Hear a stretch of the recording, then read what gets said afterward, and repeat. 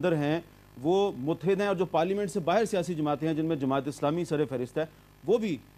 On board ہیں، اور یہ ایک نیشنل کاز ہے، نیشنل اسپرٹ ہے، اور اس پر ہم جتنا بھی اپنی سیاسی جماعتوں کی قیادت پر فخر کریں وہ اچھی بات ہے۔ لیکن اب ہم بات کریں گے صدارتی الیکشن پر، اور ہو سکتا ہے یہاں پر اختلاف رائے شروع ہو جائے۔ حیدر رضوی صاحب، آپ کی پارٹی نے آصف زرداری صاحب کی بطور صدارتی امیدوار حمایت کا فیصلہ کیوں کیا؟ بنیادی طور پر صدارتی انتخاب کے لیے جو الیکٹرل کالج ہے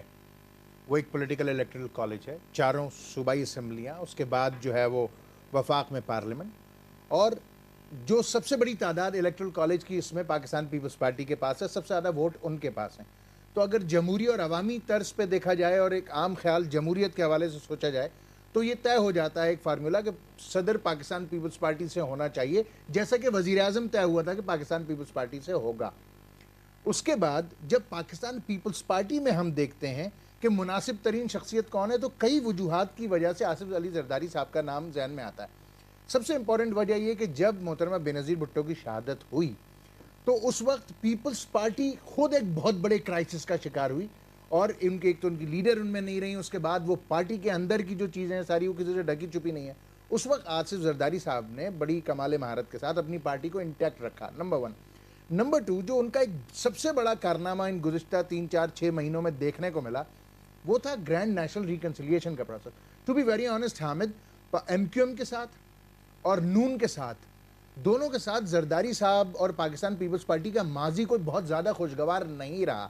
اس کے باوجود انہوں نے جس میگنانیمیٹی کا مظاہرہ کیا، وہ 90 تشریف لے کر آئے، ہمارے شہداء کے قبرستان میں جا کر انہوں نے باقاعدہ فاتحہ کی، اور اس میں تو بہت سارے ایسے لوگ تھے جو پیپلز پارٹی کے زمانے میں ہی شہید ہوئے۔ اس کے بعد پی ایم ایل این کے ساتھ جو کچھ بھی ان کے تعلقات آگے بڑھے وہ اپنی جگہ پر، اس کے ساتھ ساتھ بلوچستان میں جا کر انہوں نے باقاعدہ معافی مانگی ہے اپنے تمام ماضی کے اوپر۔ تو یہ ایک میگنانیمیٹی دکھائی دی ہے ان کی شخصیت میں، اور ہم جو پاکستان اس وقت جن حالات کا متقاضی ہے، دیکھیے ہم افورڈ نہیں کر سکتے جو ابھی پی ڈی اے کے ساتھ ہوا ہے،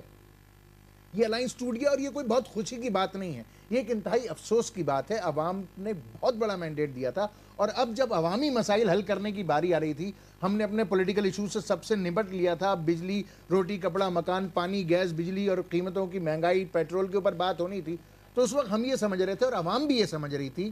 اور دہشت گردی کو ایڈریس کرنا تھا اس میں خاص طور پر، تو ہم یہ سمجھ رہے تھے کہ جو لیڈرشپ ہے، بڑی لیڈرشپ ہے، میاں محمد نواز شریف صاحب ہیں، آصف علی زرداری صاحب ہیں، وہ اس کو مل کر حل کریں گے۔ مگر ایک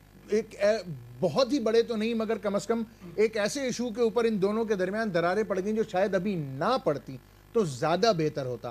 تو اس صورتحال میں پاکستان حالات کا کسی تصادم کا، کسی ہیجان کا متقاضی نہیں ہے، ایک ایسی پرسنالٹی کی ضرورت ہے جس کے ذہن میں نہ صرف گرینڈ نیشنل ریکنسیلیشن ہو بلکہ پریکٹیکلی وہ اس کو پروف بھی کر رہا ہو۔ تو میرے خیال سے زرداری صاحب اور قائد تحریک جناب الطاف حسین کی نظر میں ایم کیو ایم نے، قائد تحریک جناب الطاف حسین نے ان کو سب سے پہلے پروپوز کیا، اور شاید ان کے ذہن میں بھی وجوہات یہی ہوں گی۔ خواجہ سعد رفیق صاحب، جیسے کہ حیدر رضوی صاحب نے فرمایا کہ کیونکہ پاکستان پیپلز پارٹی ایک اکثریتی جماعت ہے، لہٰذا اس کا یہ حق بنتا ہے کہ وہ اپنی مرضی کا صدارتی امیدوار لے کے آئے، لیکن آپ نے ان کے اس حق کو تسلیم نہیں کیا، کیا وجہ اس کی؟ میر صاحب، اس کی وجہ یہ ہے کہ ان کا ہمارا جو تحریری معاہدہ ہے جو پریس میں عام ہو چکا ہے، پبلک ہو چکا ہے، اس میں واضح طور پہ ہم نے آپس میں طے کیا تھا کہ اگر 17ویں ترمیم کا خاتمہ ہو گیا اور ججز فوری طور پہ بحال کر دیے گئے اور صدارتی الیکشن اس کے بعد ہوا تو پاکستان پیپلز پارٹی کو اپنا امیدوار لانے کا حق ہے، لیکن اگر کسی وجہ سے 17ویں امینڈمنٹ کو ہم ختم نہ کر سکے کیونکہ 2/3 نہیں تھی ہمارے پاس، تو اس صورت میں پریزیڈنشل الیکشن کا فیصلہ چاروں کولیشن پارٹنرز مل کے کریں گے، اور وہ نان پارٹیزن کوئی بڑی ویل رسپیکٹڈ پرسنالٹی ہوگی جس پہ چاروں کا اتفاق ہوگا۔ مگر ہمارے دوستوں نے، پیپلز پارٹی کے دوستوں نے صوبائی اپنی پارٹیوں سے اور اسمبلیوں سے اپنی جو ان کی وہاں پہ تعداد تھی ان کی بنیاد پہ اور اپنے اتحادیوں کی بنیاد پہ قراردادیں منظور کی، ہمیں آن بورڈ نہیں لیا۔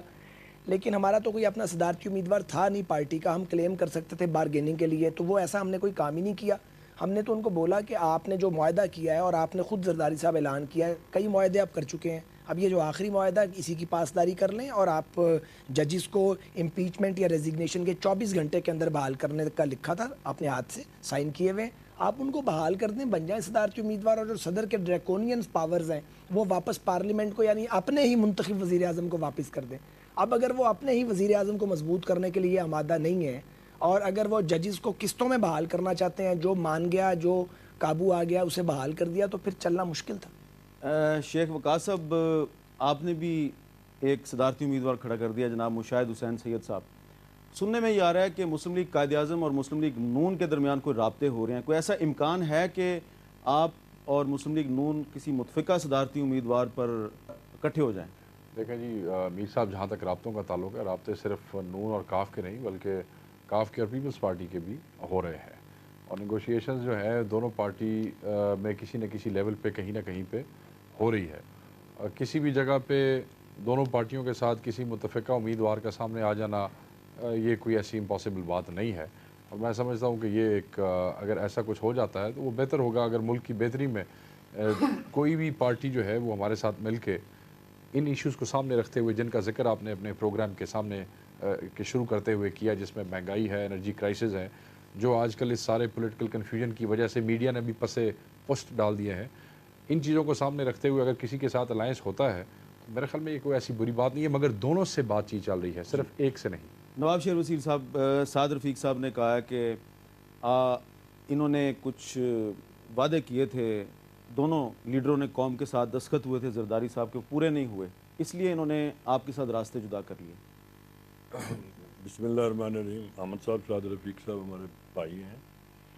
ان کی اپنی سوچ ہے، جیسے بھی کہیں ہم تو آج بھی ان کا بڑا احترام کرتے ہیں، اور ہماری یہ خواہش ہے پاکستان پیپلز پارٹی کی اور ہماری لیڈرشپ کی کہ یہ اب بھی واپس آئیں، اور یہ ہمارا اتحاد جو بنا تھا، جیسے میرے بھائی نے کہا ہے کہ ان کو توقعات تھیں، قوم کو توقعات تھیں کہ ہم لوگوں کے مسائل حل کریں گے، جو اصل چیز ہے جمہوریت کے آنے پر لوگوں کو جو خوشی ہوتی. تو اس کے لیے یہ بات کہہ دینا کہ جی ہم نے کوئی بے وفائی کی ہے، ایسی بات تو میں نہیں مانتا. اس میں آپ دیکھیں، جیسے میرے بھائی نے کہا ہے کہ زرداری صاحب کی تمام خوبیاں جہاں انہوں نے بیان کی ہے، وہاں پر میں ایک انہوں نے مس کی ہے، میں اس کی ذرا تھوڑا سا کہوں گا کہ انہوں نے ایک بہت بڑا اس وقت کہا تھا پاکستان کھپے، پاکستان کو بچانے کے لیے. حالانکہ اس وقت یہ تھا کہ محترمہ کی شہادت کے بعد پاکستان کو نعوذ باللہ کوئی ایسا خطرہ ہو سکتا تھا، ہم یہ سمجھتے تھے. اور اس میں زرداری صاحب کا جو یہ ایونٹ تھا پاکستان کھپے، اور پھر کلی تمام لوگوں کو، ڈیموکریٹک فورسز کو، بے نظیر صاحبہ کے ویل کو آگے لے کر جس طریقے سے انہوں نے بڑھایا ہے، تو اس کے پیار محبت کو جیسے آگے لے کر بڑھیں، تو ہم یہ سمجھتے کہ ہم نے کوئی بے وفائی کی ہے. ابھی ان کی بات تو یہ، تو ہمیں تو لوگ یہ تانے دیتے ہیں کہ آپ کو کہتے تھے کہ جنرل مشرف کو نہ ہٹاؤ، جب تک جنرل مشرف بیٹھا رہے گا نون لیگ آپ کا ساتھ نہیں چھوڑے گی، جب آپ نے جنرل مشرف کو ہٹا دیا تو نون لیگ آپ کو چھوڑ جائے گی. جی، نواب شیر وزیر صاحب جو ہیں انہوں نے کہا ہے کہ لوگ پہلے کہتے تھے کہ جیسے ہی مشرف صاحب ہٹیں گے نون لیگ پیپلز پارٹی کا ساتھ چھوڑ جائے گی. یہ صحیح کہہ رہے ہیں، غلط کہہ رہے ہیں؟ اس پہ بات کریں گے ایک وقفے کے بعد.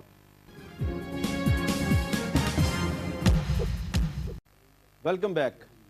بریک سے پہلے نواب شیر وزیر صاحب جو پیپلز پارٹی کے رکن قومی اسمبلی ہیں، ان کا ایک کہنا تھا کہ آصف علی زرداری صاحب کو ان کی پارٹی نے صدارتی امیدوار اس لیے بنایا کہ جب دسمبر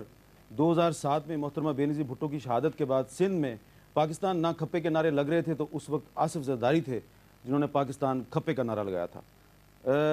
یہ بات شاید آپ بھول گئے حیدر رضوی صاحب.